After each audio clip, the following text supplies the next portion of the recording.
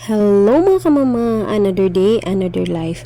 Thank you Lord. So for today's mini vlog mga kamama, ning anda na pud ang pagkakugihan ni mama ani. So of course, everyday ta kugihan, everyday ta productive mga kamama. And thank you kaayo papagad sa higayon, sa opportunity, and sa good health nga makalihok ta every time sa atong pagpanginabuhi ug panghinlo sa atong mga kabalayan no.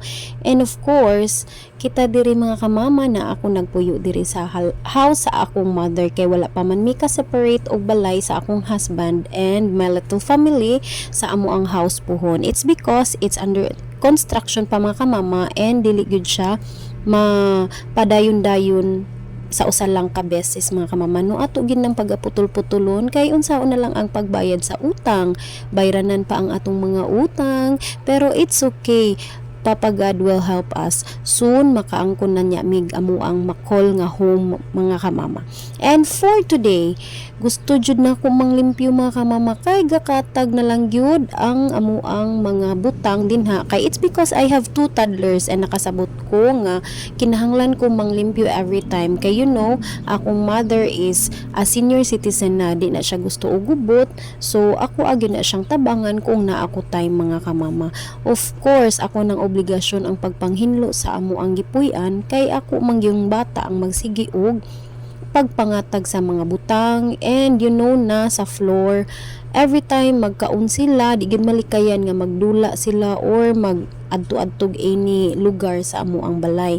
Di na ko sila mapungan usay mga kamama kay bata man sila. Naa say time nga naarasad sila sa table, mao na ang mga rice nga mga tagak sa kuan sa floor, it's very pilit jud kayo. So kinahanglan kong mangmap mga kamama.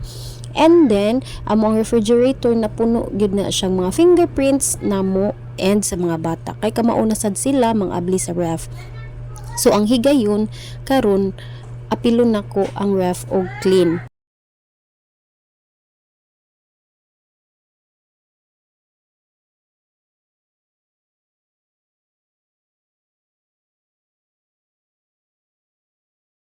And you know mga kamama, favorite subject kay nako ang cleaning mga kamama instead of manglaba.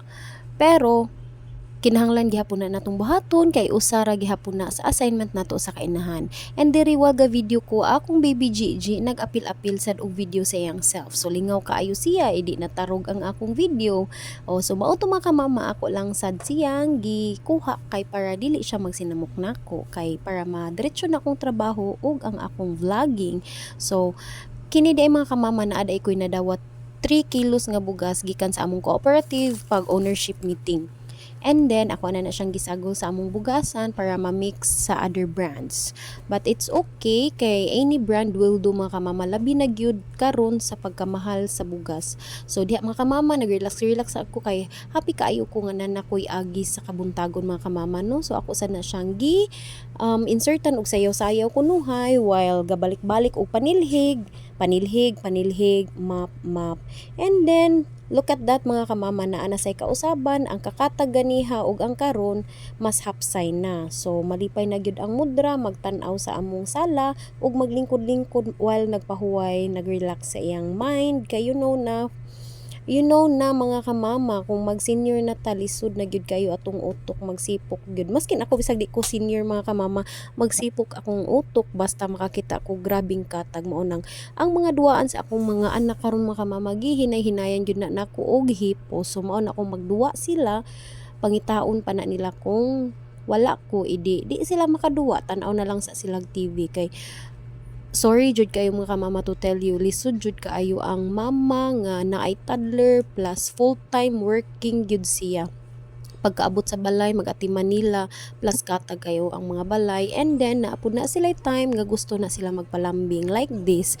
Wala pa ko nahuman sa akong trabaho unya gusto na pud siya magpalambing ako ang baby Gigi. So ako lang sad siyang gihatagan sa akong time kay syempre mo trabaho na pud inyong kamama later.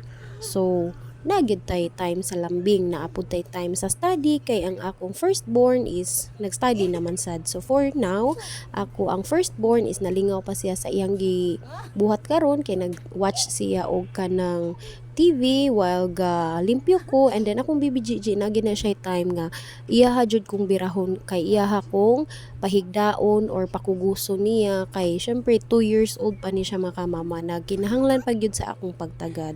So lingaw kaayo siya nga na ako gahagwa iyang kumuton akong naong, so ako pud nga inahan syempre malingaw man sad pud tano kay mao ba ni sila atong mga stress reliever, mao ba ni atong mga inspiration atong mga anak. So happy ra gyud kaayo ko nga makita sila nga nagdako sa ako ang pagbantay, sa ako ang paggiya nila, and then together sad sa akong mama. Thank you Mama Sita sa ako sa imuhang pagbantay kanunay sa akong mga anak while ga work ko ug ang akong husband. So naaday mi sa iyang kwarto mga kamama kay naaman sila diri nagatan-aw og TV sa ako ang mama kay naa may TV diri nga gamay para sa ilaha kay gusto man akong mama nga mapuyo sila kay sometimes akong mama ra ang mahabilin sa balay, siya pud ang magkonsumisyon usahay kay wag gabuhat siya sa balay magsinamok man ang mga bata kung dili sila mapundo.